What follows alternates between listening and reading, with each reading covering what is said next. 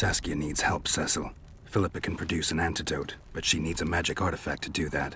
Would you like a fern and a dancing worm to go with it? Listen, I don't know about magic, but there is a place, as long as I can remember, it's been of interest to sorcerers. They say it's a very strong intersection. Look for magic there. Where exactly is there? Seek out the ruins in the forest beyond Vergen. There's a place of power there. You can't miss it. Why so glum? Saskia's a tough girl. She'll bounce back. Keep your head up. Thanks, Cecil. No, Witcher. I thank you. Save that lass, and you'll save my town. Cecil, do you know anyone who fought in the war 3 years ago? I did. Did you fight here at Vergen? Course. Philippa claims you know a bit about the battle. That old cook insult, called king by some, thought that Aedirnians were bumpkins who'd ship bricks as soon as his troops crossed the river. Why did he attack Edirn? According to Henselt, Upper Edirn is the ancient legacy of the Kedweni crown and must be returned to the mother country. Brazen farter. That brazen farter had a point. If you read some history, you'll know that 300 years ago this land belonged to Kedwen. Load of crab. 700 years ago the elves reigned here, and 1,000,000 years ago these lands were the domain of the worms. If things worked that way, every king could invade a neighboring land and claim his right to do so because an ancestor took a dump there. All right. Hensel wanted to conquer Upper Edirn. What then? He rolled in, got hammered, and rolled out. Cecil, that doesn't help me much. It wasn't a battle.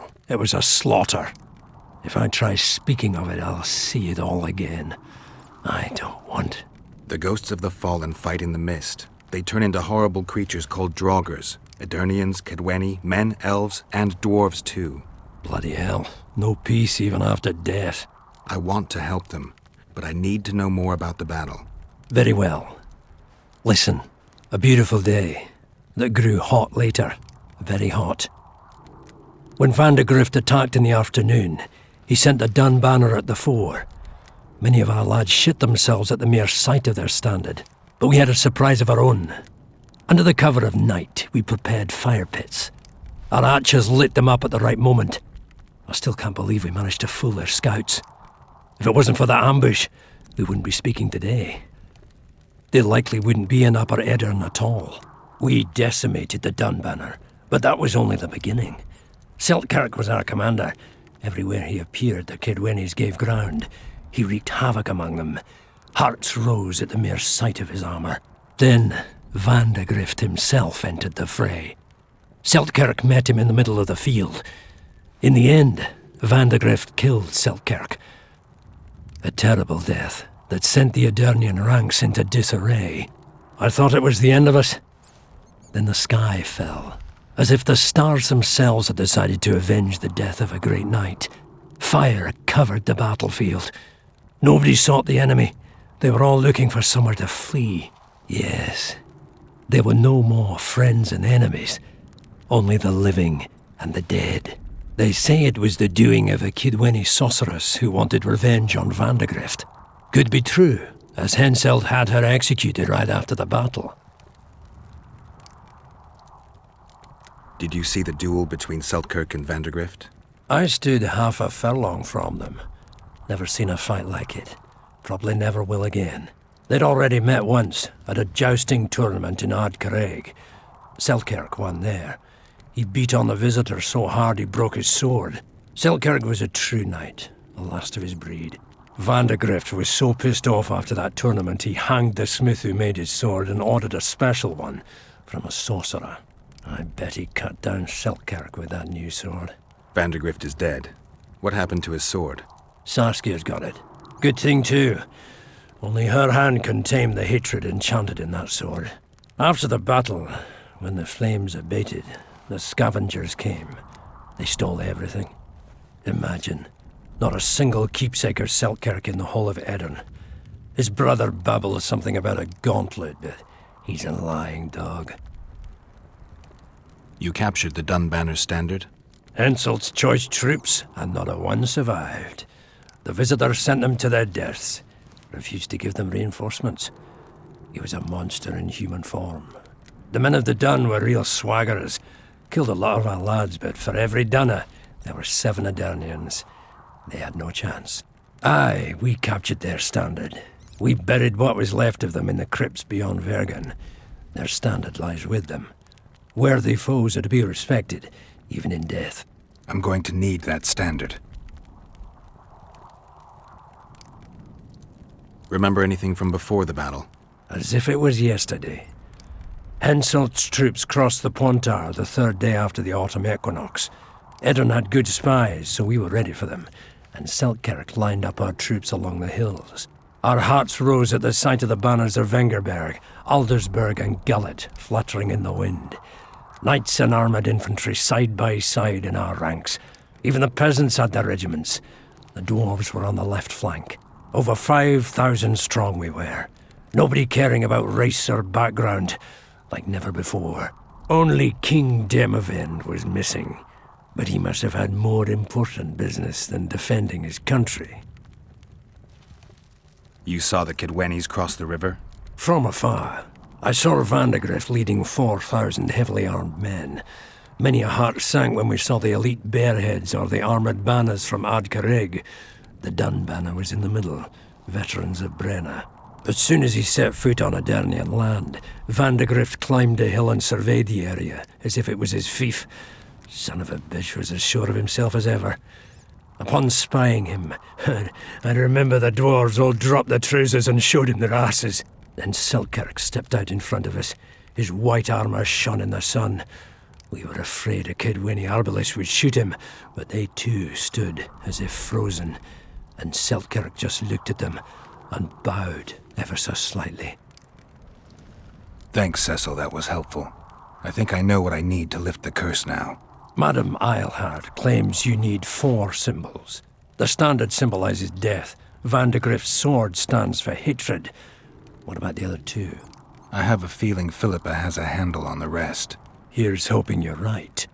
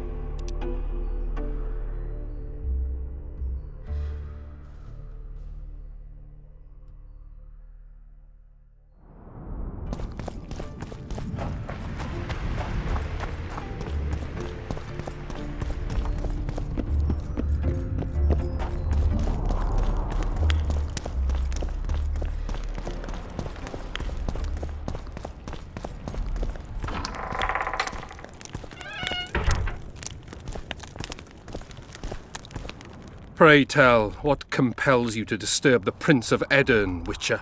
I have a few questions. And you believe I should answer them instead of setting my dogs on you? I think your Royal Highness has enough foes, here, abroad, in Vengerberg.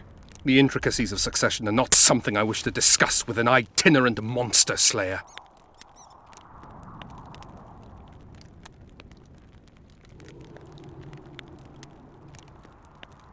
I'm trying to figure out where this fog came from. What exactly happened here 3 years ago? Henselt's mages committed mass murder. A dark day for the knighthood and all people of honour. But it was honour that allowed us to survive. There was no defeat, no victory. Honour stood against wickedness, virtue against black magic. You took part in that battle? My father stayed in the capital. He was to defend Vengerberg. I took to the field. I wanted to stop Henselt before he crossed the Pontar, but I was too late. So I decided to await him at Vergen. Henselt's army was exhausted. We would have triumphed if not for that heinous act. Henselt had mages with him, and they cast a treacherous spell on the entire battlefield. A fiery rain fell from the heavens. Destructive, murderous embers which brought the battle to an end. I gathered the few survivors and withdrew deep into the country. The soldiers were terrified, but Henselt showed no desire to pursue. You wrote Vergen off. There's a place in Kedwin where orphans are subjected to cruel experiments. 9 out of 10 boys perish from the pain. Sound familiar? They say that sacrifices are necessary to create one Witcher, one hero to defend the people against monsters. Not the best analogy. You know nothing of military strategy, and you've never been responsible for a nation's fate, which is why I forgive you your ignorance. Only a master mage could have cast such a powerful spell, and I suspect he could not have accomplished it alone. I remember Sabrina Glevissig. Through the flames I saw her observing the carnage from her mount, dressed in a hunting suit. Straight-backed, dispassionate. Sabrina. If I remember correctly, she's Henselt's advisor. Was. Henselt condemned her to death for casting that spell. The Kedwenis roasted in their armour, just the same way the Edurnians did. You know what struck me when all hell broke loose? What I found astonishing and even amusing? Going into battle, we sang our Edurnian songs. They intoned their Kedweni hymns to Creve. But when fire descended from the sky, our cries of pain were no different. We all wailed as humans. For an instant, the magnitude of the tragedy brought together our two warring nations. I still have no idea where the spectral fog came from. I'm afraid I don't know either. Succession is the topic of choice in about every inn in the country. I don't know for sure, but I think the hangman of Vengerberg was the last to claim the throne. My patience has its limits, and at present, only my respect for Lady Saskia restrains my anger. Come to the point, or leave me be. Tell me, why are you here and not in the capital? The influential nobles seek to undermine my rightful claim to the throne. Unrest ripples through the kingdom. Saskia has muddled the minds of the peasants, and the burghers demand more rights. And your opponents are seizing the opportunity. The Umraut family, in addition to being wealthy and influential, is closely related to the royal line. They could halt my coronation and put forward their own candidate. The families that remain undecided are the key. They must back me. They will do so only once I've shown myself to be a strong candidate.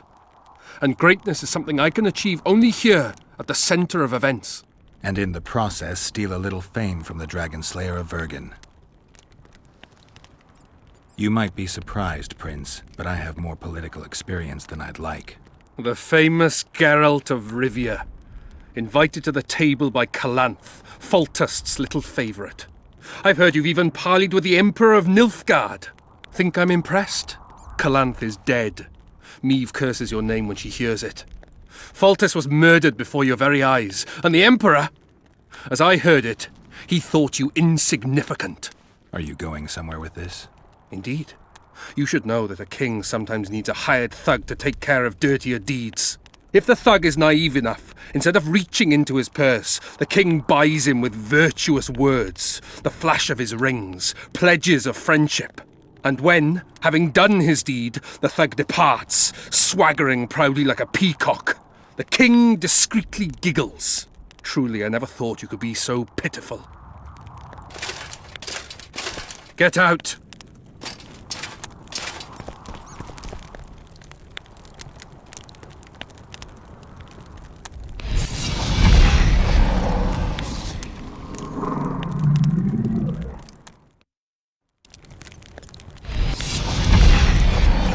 Get out!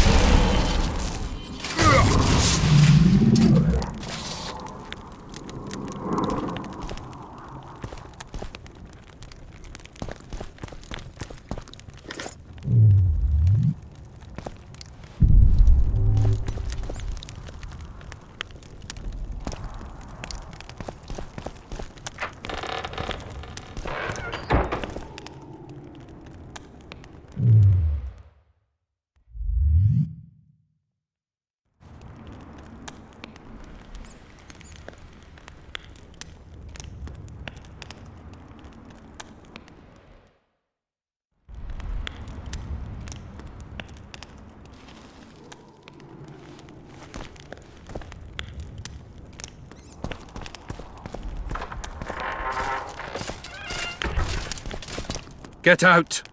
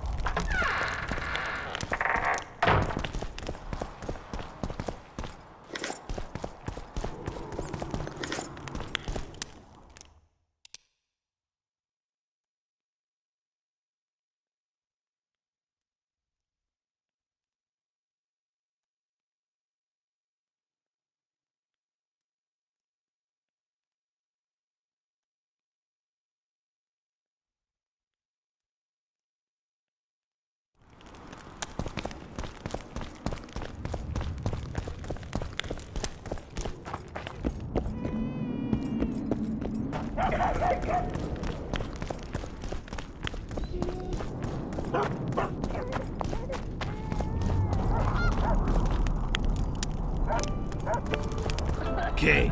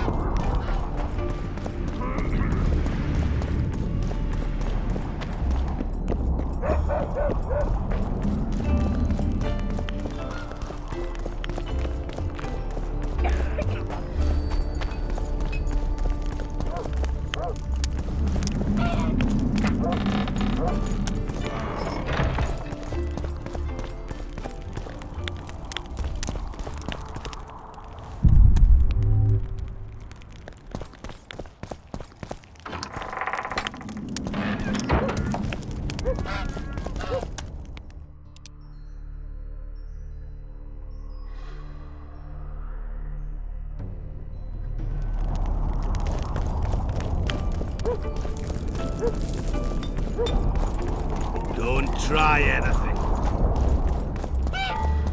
What's the meaning of this, eh? The mine's safe again, and he plans to do something with it? Course. Soon as the battle's done, we'll resume digging. Shame to let those rich deposits go to waste. My uncle says they'll put Vergen right back on its feet. Zoltan's talking about a shared enterprise or some such. He's to manage operations with my uncle as general overseer. We just gots to save the town first.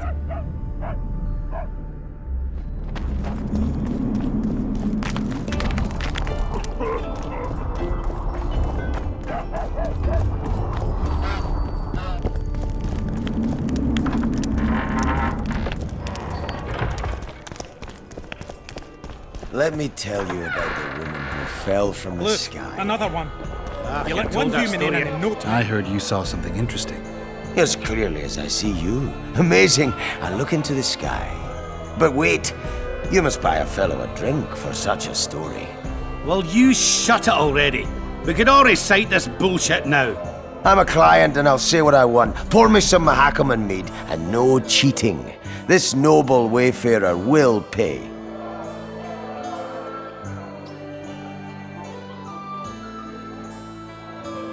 I'll pay, but if you bore me, I'll shove this meat up your ass.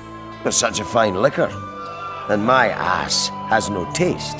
You won't regret it. Speak. Last week I was passing by the gullies. I like to take a hike from time to time. Get to the point. Hush. So I'm walking and suddenly there's a flash, a crack. I'm thinking, a storm's coming. But nary a cloud in the sky. You hit the ground with your arse so hard you saw a flash. You were that drunk. Then I saw people lying in a gully as if they'd fallen from the sky, a man and a woman. The woman was so beautiful, I wished she'd fallen down on me.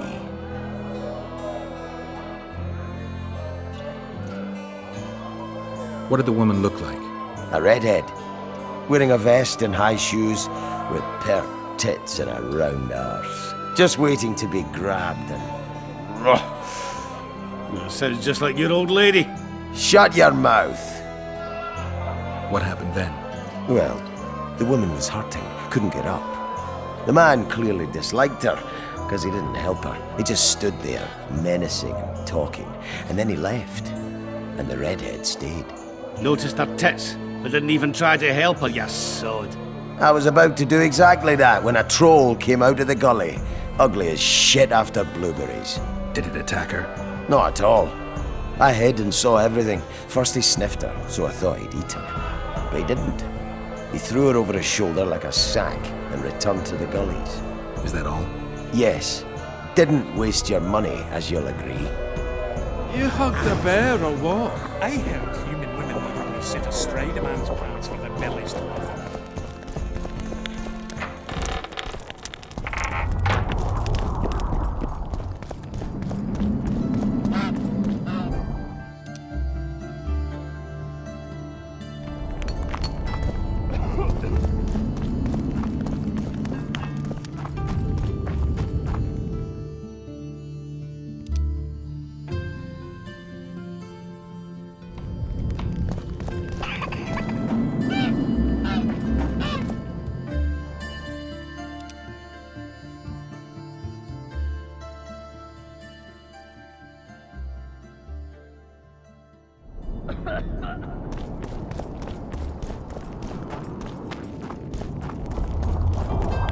Don't try anything.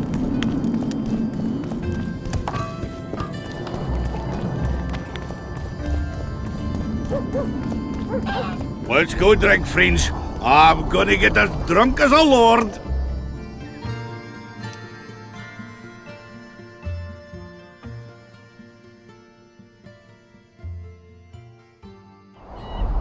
Why's that? They stole it.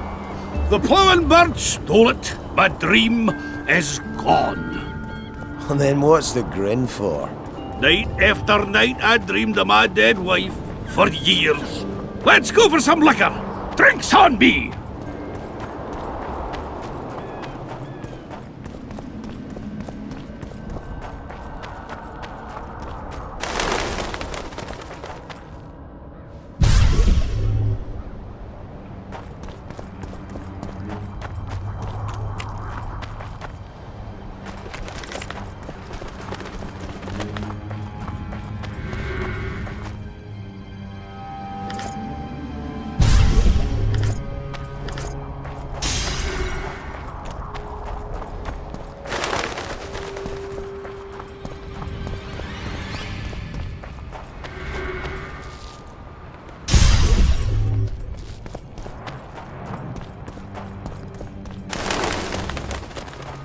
Strange. I smell sulfur.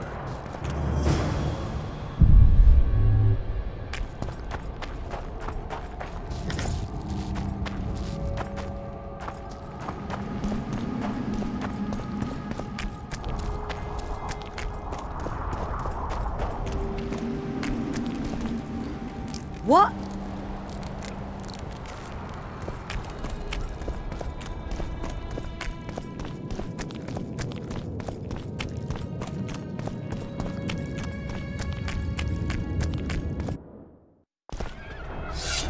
Take that.